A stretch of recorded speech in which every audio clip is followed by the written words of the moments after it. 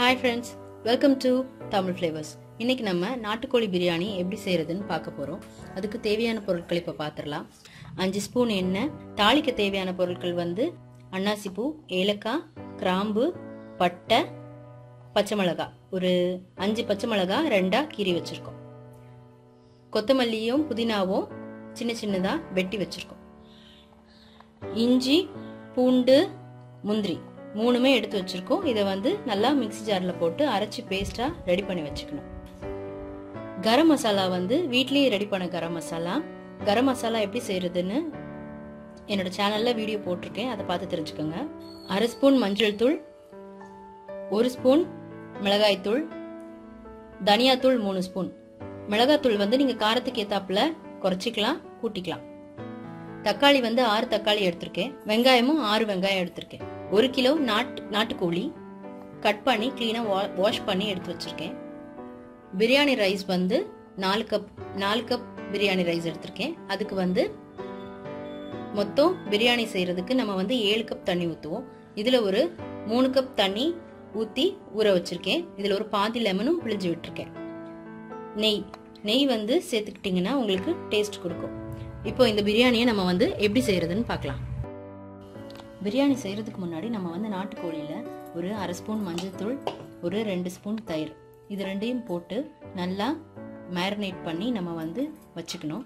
வச்சுட்டு பிரியாணியில நாட்டுக்கோழியை சேர்க்கறதுக்கு முன்னாடி அதை நல்லா வாஷ் பண்ணி அதுக்கப்புறமா சேர்க்கணும். இப்படி நீங்க வந்து மஞ்சள் தூள் தயிர் சேர்த்துக்கிட்டீங்கன்னா இந்த கோழியில உள்ள கிருமி இதெல்லாம், இந்த கவுச்சு ஸ்மெல் வந்து உங்களுக்கு இருக்காது. பிரியாணி செய்யறதுக்கு நம்ம ஸ்டார்ட் பண்ண போறோம். குக்கர் அடுப்புல வச்சு எண்ணெய் சேர்த்தாச்சு. தாளிக்க வேண்டிய பொருட்களை இப்ப சேர்க்க வேண்டியதா.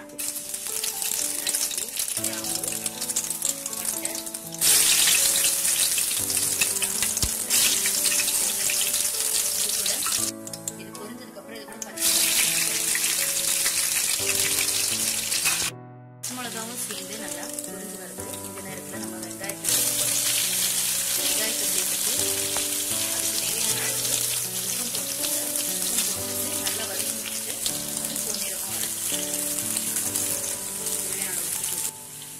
இப்போ வெங்காயம் நல்லா பொன்னிறமா வதங்கிடுச்சு. இப்போ நம்ம வெட்டி வச்சிருக்க தக்காளி சேர்க்கலாம்.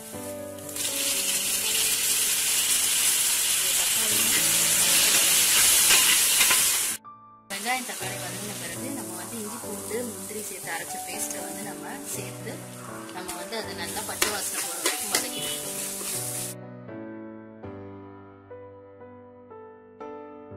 இஞ்சி பூண்டு பேஸ்ட் நல்லா வதங்கிருச்சு. இதோட பச்சை வாசனை போயிடுச்சு. இப்போ நம்ம இது கூட புதினாவும் கொத்தமல்லியும் வெட்டி வச்சிருக்கத சேர்க்க போறோம். இதையும் சேர்த்து நல்லா வதக்க போறோம்.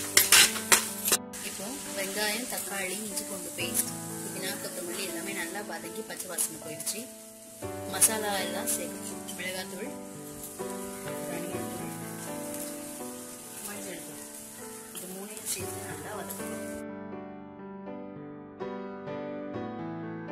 இது கூட இப்ப நம்ம கரம் மசாலாவை சேர்க்க போறோம். வீட்டிலேயே தயாரிச்ச கரம் மசாலாவை சேர்க்க போறோம். மஞ்சள் தூள், தயிர் போட்டு மேரினேட் பண்ணி வச்சிருந்த கறியை நல்லா வாஷ் பண்ணிட்டு இப்போ அந்த நாட்டுக்கோழியை சேர்க்க போறோம்.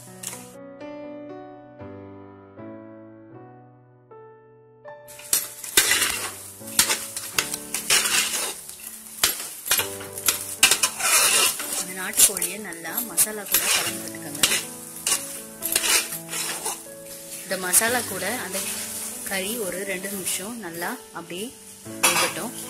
இந்த நாட்டுக்கோழியை போட்டதுக்கு அப்புறம் இந்த மசாலா கூட கலந்து விட்டுட்டு நம்ம 2 நிமிஷம் வதக்கிருக்கோம். வதக்கிட்டு நம்ம வந்து ஏற்கனவே அரிசியில 3 கப் தண்ணி சேர்த்திருந்தோம். இப்போ மிச்சம் இருக்கிற 4 கப் தண்ணிய இது கூட நம்ம சேர்க்க போறோம். சேர்த்துட்டு நல்லா கலந்து விட்டுட்டு நம்ம வந்து இதை ஒரு 2 விசிலுக்கு விட போறோம். 2 விசிலுக்கு விட்டாதான் நாட்டுக்கோழி சீக்கிரமா வெந்து வரும். இப்போ 2 விசில் விட்டு நம்ம வந்து ஓபன் பண்ணியாச்சு. இப்போ நாட்டுக்கோழி நல்லா வெந்துருச்சு. நம்ம இந்த ஸ்டேஜ்ல அரிசியை சேர்க்க போறோம். ஊற வச்சிருந்த அரிசியை அந்த தண்ணியோட சேர்த்து நம்ம சேர்த்துக்க போறோம். சேர்த்துட்டு அந்த அரிசியையும் அந்த மசாலா கூட நல்லா மிக்ஸ் பண்ணி விட்டுக்கோங்க. மிக்ஸ் பண்ணி விட்டுட்டு இந்த அரிசி நல்லா மட்டை வரட்டும். நம்ம போட்ட அரிசியும் நாட்டுக்கோழியும் சேர்ந்து நல்லா தண்ணியெல்லாம் வற்றி மட்டத்துக்கு வந்துருச்சு. இப்போ இது கூட நம்ம நெய் சேர்க்கணும். நெய் சேர்த்து நல்லா கிளறி விட்டுட்டு இப்போ நம்ம இந்த ஸ்டேஜில் வந்து குக்கரை மூடி போட்டு மூடி ஒரு 5 நிமிஷம் சிம்மில் வச்சு விசில் போட்டு அதுக்கப்புறம் ஸ்டவ்வை அணைச்சிடுவோம். குக்கரை மூடி விசில் போட்டு ஒரு 5 நிமிஷம் சிம்மில் வச்சு நீங்கள் வந்து ஆஃப் பண்ணிட வேண்டியதுதான். நம்மளோட பிரியாணி ரெடி ஆயிடுச்சு. நாட்டுக்கோழி பிரியாணி ரெடி ஆயிடுச்சு. சுவையான நாட்டுக்கோழி பிரியாணி இப்போ ரெடி ஆயிடுச்சு. நீங்களும் உங்கள் வீட்டில் செஞ்சு பாருங்கள். செஞ்சு சாப்பிட்டு பார்த்துட்டு உங்களோட கமெண்ட்ஸை ஷேர் பண்ணுங்கள். எங்களோட சேனலை சப்ஸ்கிரைப் பண்ணுங்கள். தேங்க்யூ ஃபார் வாட்சிங்.